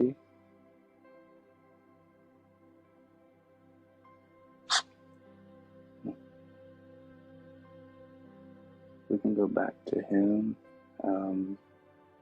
Mary, would you like to speak about maybe an experience you've had that either a negative or positive one that's kind of stuck with you, for a long period of time? It doesn't have to be, I mean, it could be a good thing. Don't get me wrong. Well, there's not one of us, I don't think, in this room that hasn't had an experience that has drug us down to our depths, that has not touched our core and taken us down a road we didn't want to go down. We wouldn't be here on TikTok in the spiritual community unless we've experienced something like that. But my experience that literally took me down to the core of who I am and made me question just about anything and everything has turned into one of the biggest, most beautiful lessons in my life. Now, at the time while I was experiencing it, you could not have convinced me of that. But it is what you decide to do with it. And it's how you rise and you come out of it. And to find beauty and passion and the ability to be compassionate and help someone else. That, I think, is amazing and beautiful and wonderful. And so I am thankful for that experience now. Maybe not while I was going through it, but I am now. And hopefully what I've learned may help someone else. And just to, everything does happen for a reason. You may not see it at the time, but give yourself some time, space, and grace, and let it become a blessing to you. Thank you. I agree 100%. Our, all of our experiences are what mold us and shift us to who we are. Some we need to shed and let go, and some help build us to the characteristics that we would like to be. So, I myself have experienced my lowest depths, my rock bottom. We all say what it is. And just all the lessons that I've learned, just like you're explaining now in reflection, and what it's made me, or what it's molded me to be, either in awareness or just the duality of appreciation. There's so many different aspects of the experiences that we've had, and I think that's the proper way to look at it, and not dwell at that experience in the energy that we felt in that moment, but dwell on how it's molded us to who we are today, and in a positive manner. So thank you, Mary. I appreciate that.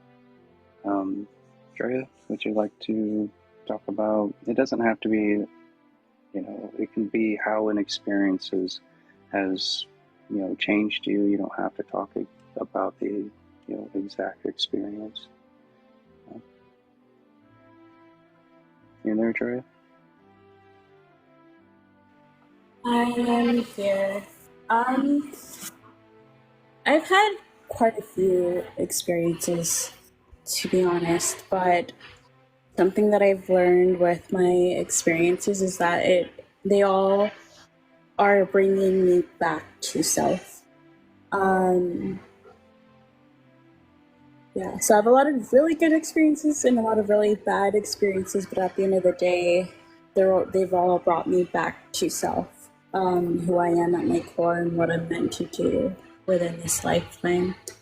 And with each experience, I've learned a little bit extra on the way, I guess. The way my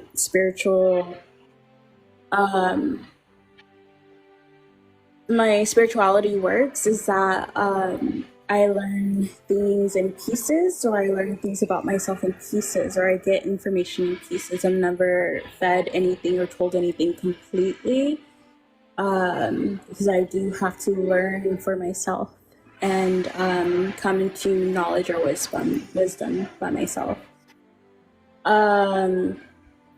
So yeah, like honestly, it's been my entire life, but I would say like the one moment that completely changed, one of the biggest moments that completely changed my life in general was when I did missionary work when I was 18. And yeah, so the church experience wasn't necessarily the best, but being at the orphanages and talking with the kids and seeing how they were and how appreciative they were, it was just another level of just an eye-opening level that like purity or goodness does exist. And I know it does, but I feel like within our society, we take a lot for granted that we don't even realize we take for granted. And when you see someone that has absolutely nothing but can still find joy in life, that was the most profound experience that I've had. And I was not only there to help them in so many ways, these kids helped me, and I would love to get back into doing that again. And I am actually looking into doing that again. And I feel like the things that have been unfolding these past couple of months, it's kind of pushing me to go into that field again, to actually help people, because I feel more within my purpose, or I feel like I actually have purpose within this lifetime. So it's just, yeah, I would say that would be my most impactful moment. That's beautiful. That would impact me too, and it impacted me just hearing it, honestly. And I have seen that, not necessarily. We see that in kids quite often, you know, and they find joy in the smallest things, and it's amazing. I think we get caught up, not we, but just society itself gets caught up in what my dad used to call the hustle and bustle. And, you know, even him being, you know, like kind of a role model for that in my life, to be able to survive in what we have in our surroundings. He also taught me lessons on how you have to separate from that and really enjoy life. You know, so we would go camping a lot. We would go do, you know, we raced motocross. That's what we did. But even doing that, which we enjoyed, we still did all kinds of other things, because that's what he was trying to teach me, that this is what life's about. Like, if you have to work hard for things that you enjoy, then do so. But if you find things that you enjoy that you don't have to work hard for, then you've already won. And it's amazing. So I appreciate that. Thank you, Dre. Sarah, would you like to speak about any experiences that you've had that affected you in a positive or negative manner? Okay. Yes, I can speak to kind of confronting emotional fears. As a child, I always had lots of friends, but I was always worried of not being accepted, because I recognized that I was quite different. And I didn't really have any negative experiences as a child. I was always accepted, so it was almost irrational to have that fear. When I was in my 20s, I was working on being ordained in a church that I was part of. It was a pagan church, so it wasn't Christian. But one of the things I had to do in order to be ordained with this type of practice was community service. And the community service that was given to me was prison outreach. So I had to go into a semi-local prison system And it was a once a month thing that I did.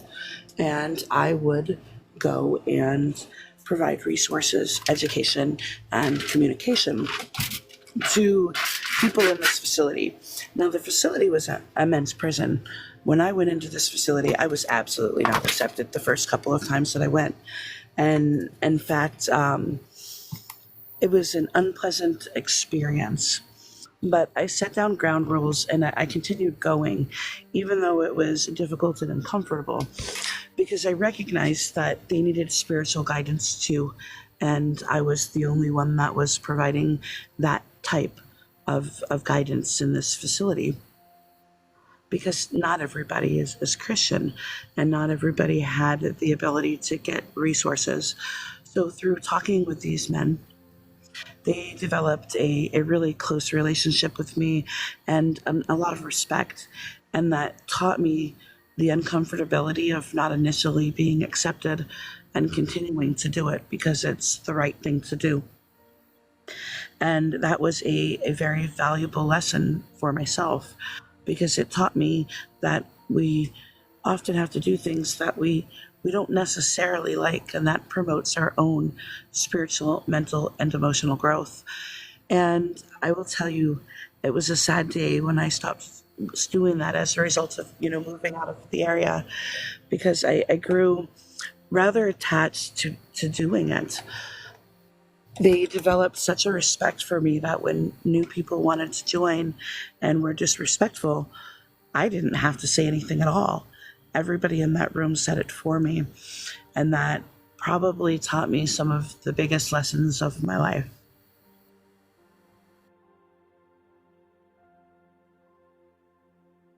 Thank you. It's, all of our experiences, they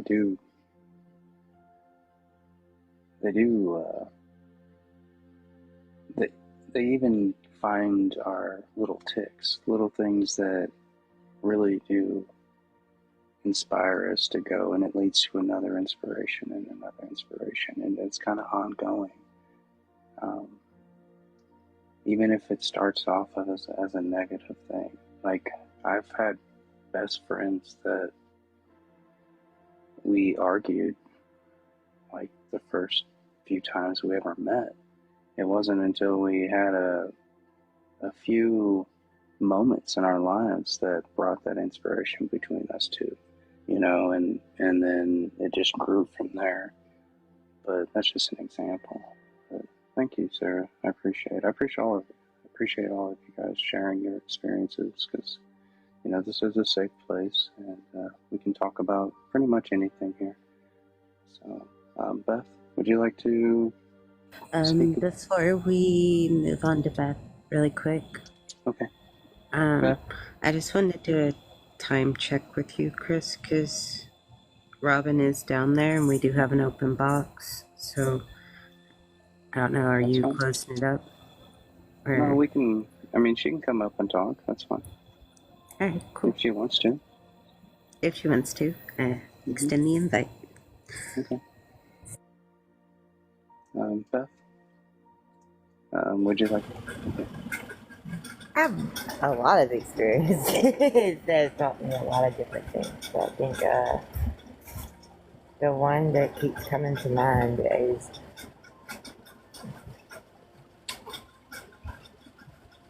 how do I put this?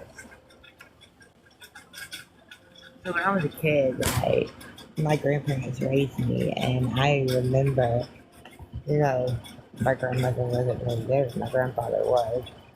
I think the first time that I realized, that he was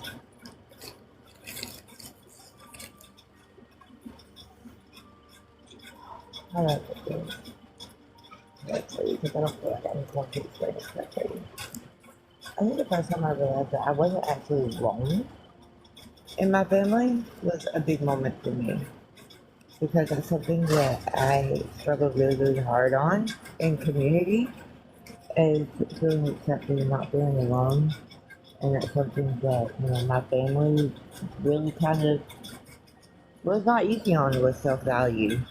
So for me to actually be able to feel that from at least one the person that I was growing up with as a kid, that was a big moment for me.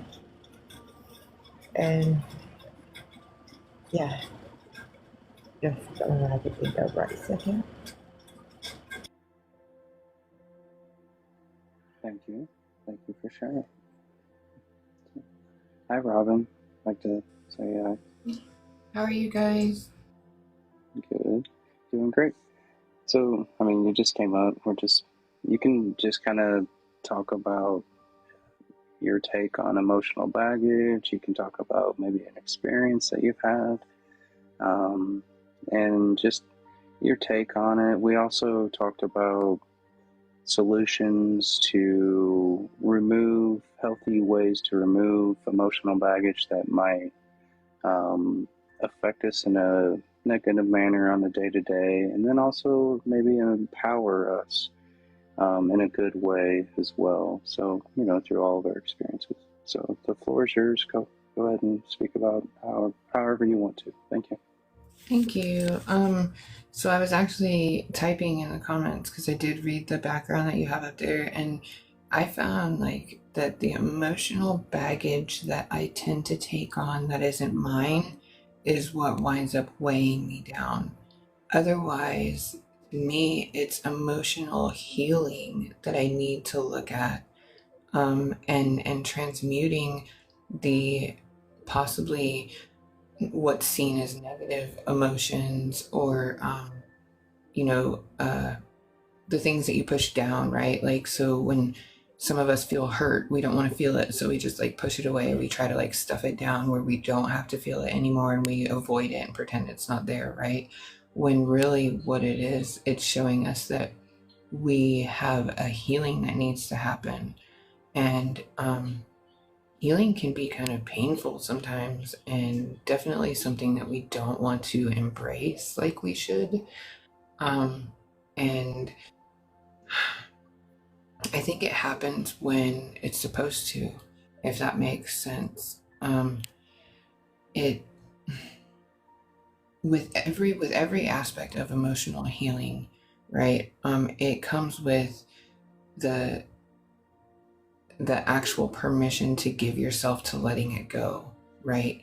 And to allowing yourself to fully embrace that awesomeness that is going to come from it. So we kind of have this sense of not feeling like we're worthy of that healing, or we're worthy of that happiness from the healing that we will get, if that makes sense. And it's I'm trying to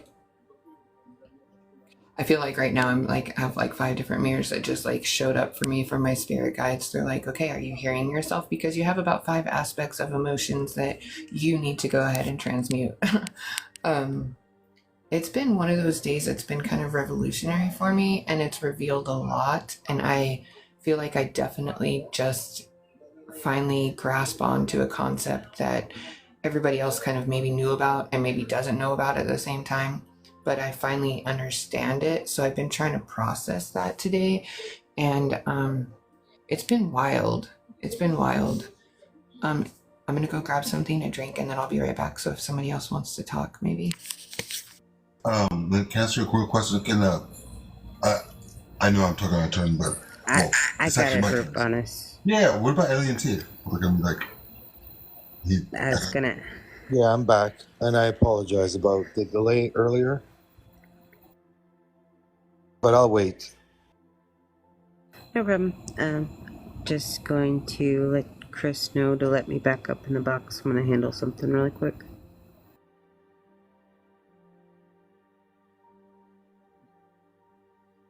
Okay. So when you walk away, but you can still hear the live from your phone, and then you come up, and then by the time you get back, you call on the next person. So no disrespect there, Chris. I appreciate you. I just bad timing on my part, but also this is an amazing panel, an amazing topic and discussion, and I appreciate all you guys for this. I'm going to use the example of the manifestation of the lives I host.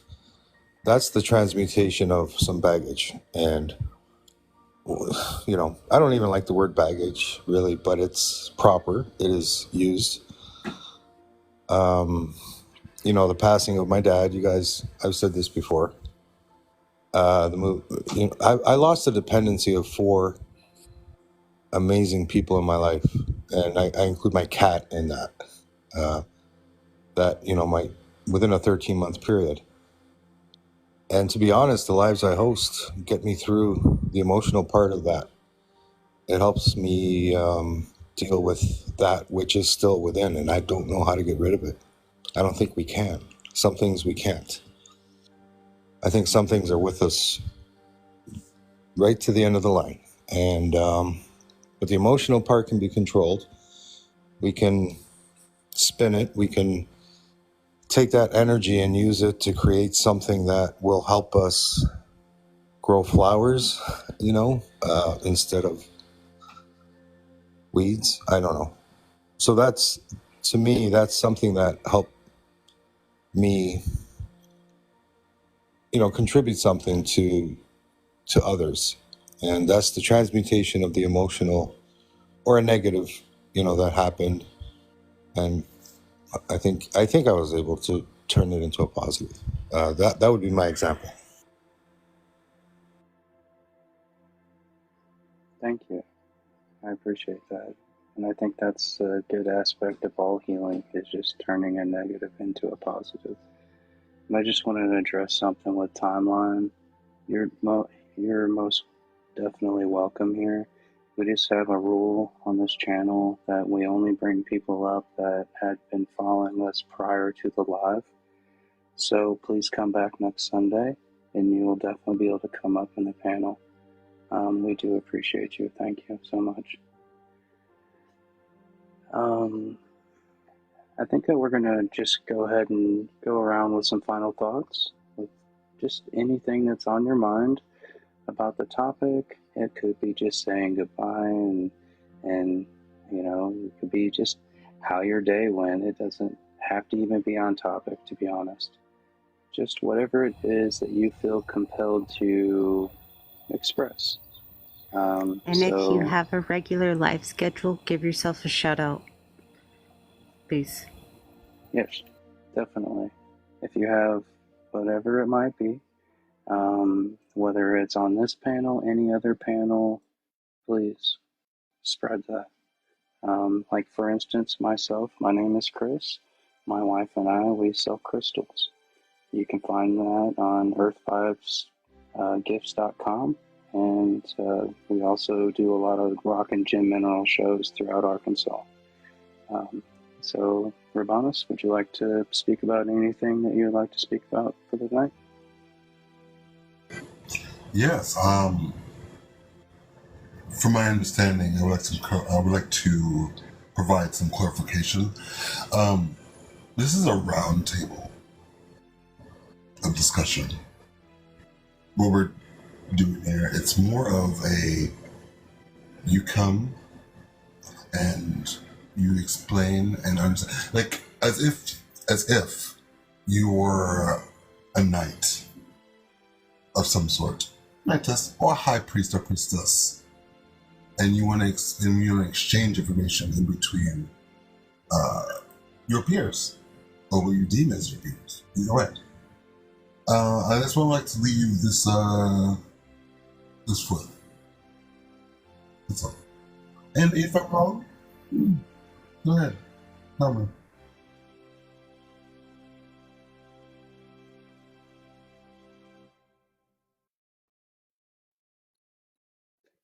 Thank you. I appreciate it. Aileen T, any final thoughts?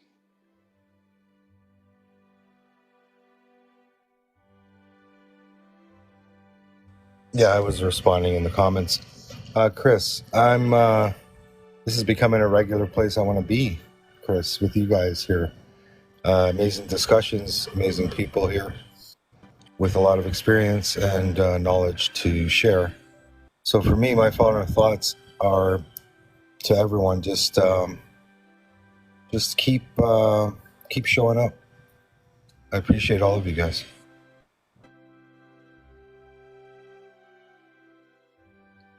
Thank you. Thank you, Alien T. I appreciate you. I think we all do. We all have our different levels of appreciation for you.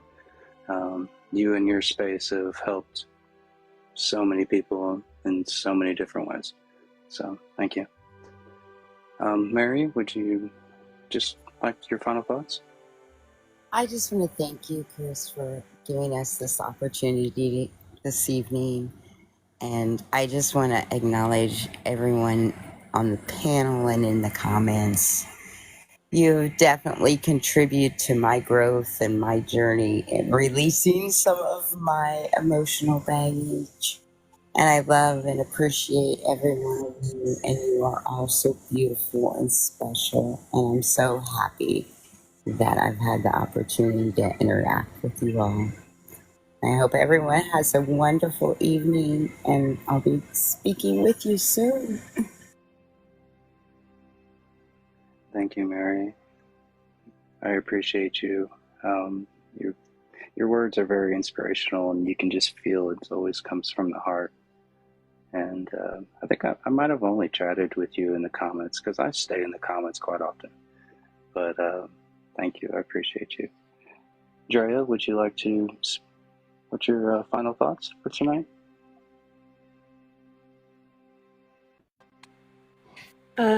So I thought this live was pretty interesting, and the timing of it was perfect, at least for me in general, because lately I've kind of been inspired to go back into my parasitic extractions work, but not doing it for people. I'm all about empowering people and helping people do things for themselves and find root causes to things. So,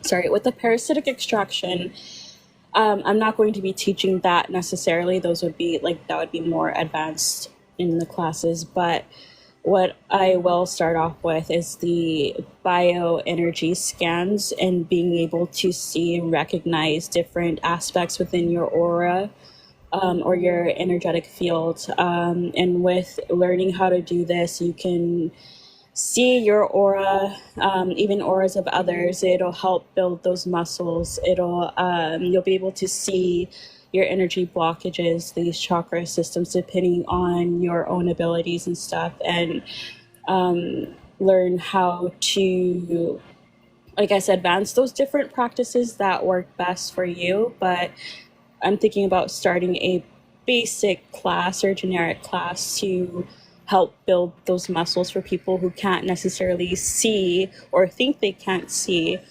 and how to do it in a safe way. So yeah, and with that, and the reason why I say it connects to what we're doing, because it also, your emotional state affects your energetic field as well, and your aura, and your chakras go out of alignment and stuff, and you would be able to see that. So yeah, I'm thinking about putting together a little class, because lately I feel like people have been asking certain questions, and I don't like doing things for people, so I want to teach people how to do certain things. So thank you so much for having me, and I appreciate every single one of you, and I look forward to the near future once I get everything set up. That's awesome. Drea, I appreciate you very much so. You've helped me in lots of different charts and aspects. And I've had questions for you as well, and you're very informative, and you know how to explain it to even different aspects to different individuals, which makes a great way to be able to teach. It's a good way to be able to relate to people and how they can, or just when you relate to people, it helps them understand a lot easier. So I appreciate that, Drea. I'm looking forward to that because I will definitely go to your classes. Thank you for being here. Sarah, would you like to give your just Tell everybody what you do here on TikTok. Yes, I will. More in the comments was asking what emotional baggage is and why it's important. To me, emotional baggage is all of those emotional responses we have to interactions with people and understanding why we respond the way that we do. Because when we understand the emotions that are behind our actions, we can choose the best way to act that's within the character we want to present to the world around us. And if it is traumatic, then we can understand why and act our best selves, developing that deeper connection with self.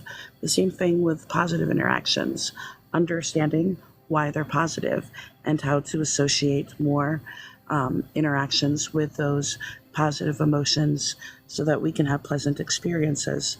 It's important to give value to all of our emotions and understand where they come from and how they affect us.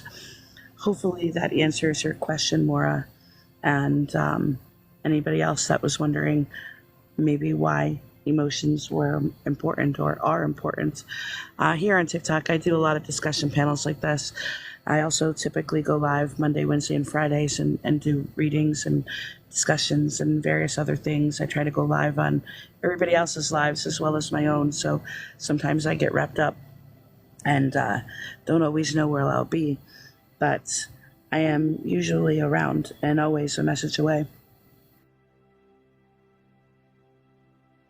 Thank you, Sarah.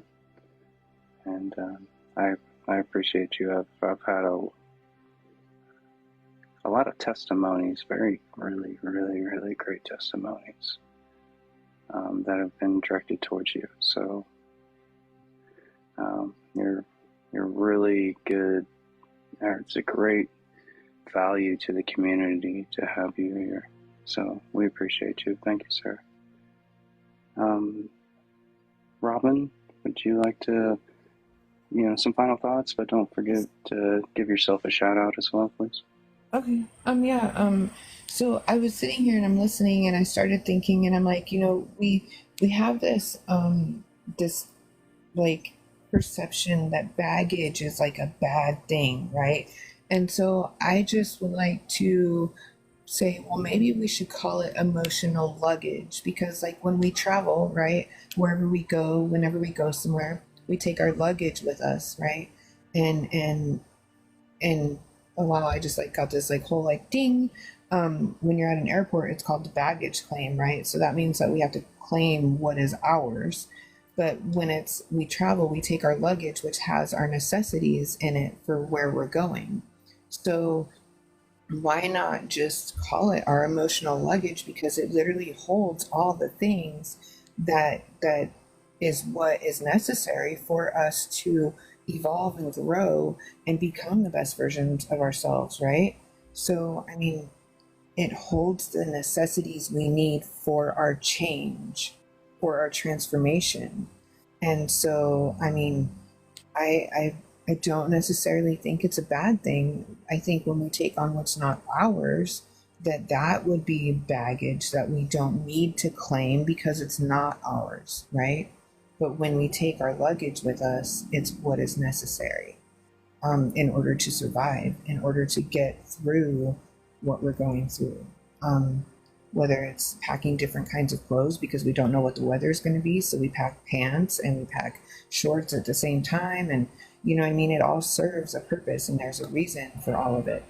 And so that would be my offer, to look at it in a different way. That way it's not so stereotypically seen as a bad thing, right? I think that's my final thoughts on that. And if you don't know me, my name's Robin, and I do guided meditations on here. I do energy healings. I participate in some panels. Thank you so much, by the way, Chris, for having me up here, and Ash for saying, hey, the invite's extended. I appreciate you a lot. We don't realize how important other people kind of see us, or how other people like to hear about what we have to say, or like to hear about our experience and our journey, because they can relate. We kind of forget about that aspect of it. And it's a true honor to be able to reach people and to be part of that with them, and something I could have never imagined would ever happen. So I'm glad that I get to be part of this with you guys and vice versa. Thank you for having me up here. Thank you, Robin. Thank you, Robin. I really appreciate you as well. I've been in your meditations before. They're really great. I've seen many readings in just one night from 3 people that are in this panel tonight, which was an amazing night. So that was really cool. And I do agree. It's a duality. It creates a duality of us, and it's utilizing those as tools when we need them, and not them being a trigger from what anybody else does in our life. Being a trigger when we need it to be a trigger. So I appreciate that. Thank you. My headphone just not aligned, so I hope my audio is okay. Fire Ash, do you have any final thoughts for tonight? And don't forget to do a shout out, please.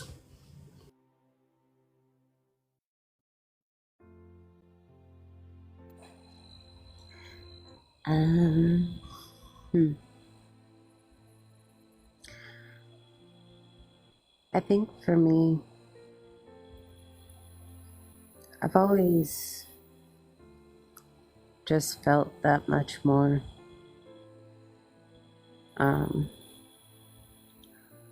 all my life, and being an energy sensitive and developing the way I developed, and for me it was having those self-realizations that the better I understood the vessel I'm in, the better I can face the reality that I exist in.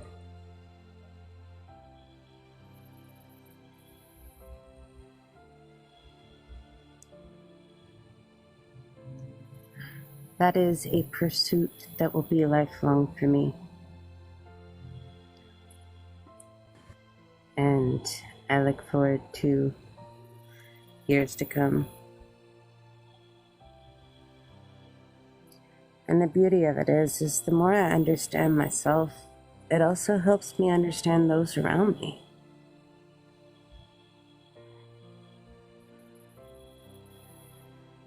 When I talk to my friends and I tell them, hey, I found out, that this about me today, using my chart, and they're like, oh, well, I've got this, can we look at it? And then go into it and look at it with my friends and find out, it helps me communicate with them that much better. And I'm grateful for that. So, this is a live that I do Sunday evenings with the other co-hosts that are up here on the panel. Some of them aren't. And I'm grateful to share this safe space with you all. To be able to have these types of discussions and this kind of atmosphere. So if you enjoy it, guys, come back. We'll be here Sunday evenings. We start at 9 p.m. Eastern Standard Time. And if you want to join the panel, guys, just be a friend with the host before the live that is currently going. That's the only real stipulation. Of course, we have rules and flow, but we're all peers here in the community. So much love and much respect. I myself am one of the oracles here on TikTok.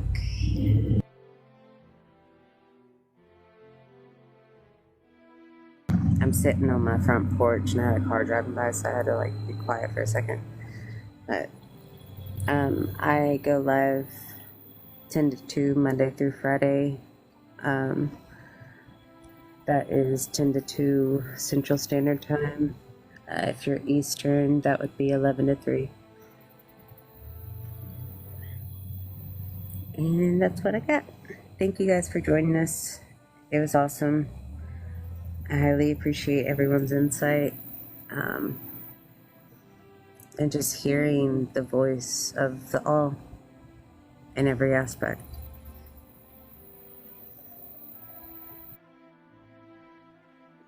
That's 10 a.m. to 2 p.m., right? Correct? Yep, that is 10 a.m. to 2 p.m. Okay. Thank you. Yes, so this will be the end of the live, but I appreciate every one of you. And like Cash said, we're going to be doing this continuous. It'll be different. There'll be different people that host it. Usually every other week there'll be somebody different. So or every week, sorry. But I just wanted to say I appreciate all of you. This community has been great. So we all kind of blend together in multiple different aspects, and we really grow together. We really do. I'm much more of an observant person, and I've observed in the year and a half that I've been in this community, I've observed a lot of growth, tremendous amount of growth. And looking at the big picture, like all of us definitely channel the all. We paint the picture, and it's amazing. So I guess we're going to go ahead and sign off for tonight. I appreciate all of you for your time, and it's been wonderful. And we will see you next Sunday, 9 o'clock Eastern Standard Time. We will put a promotion out what the topic will be. And until then, much love. Have a wonderful night.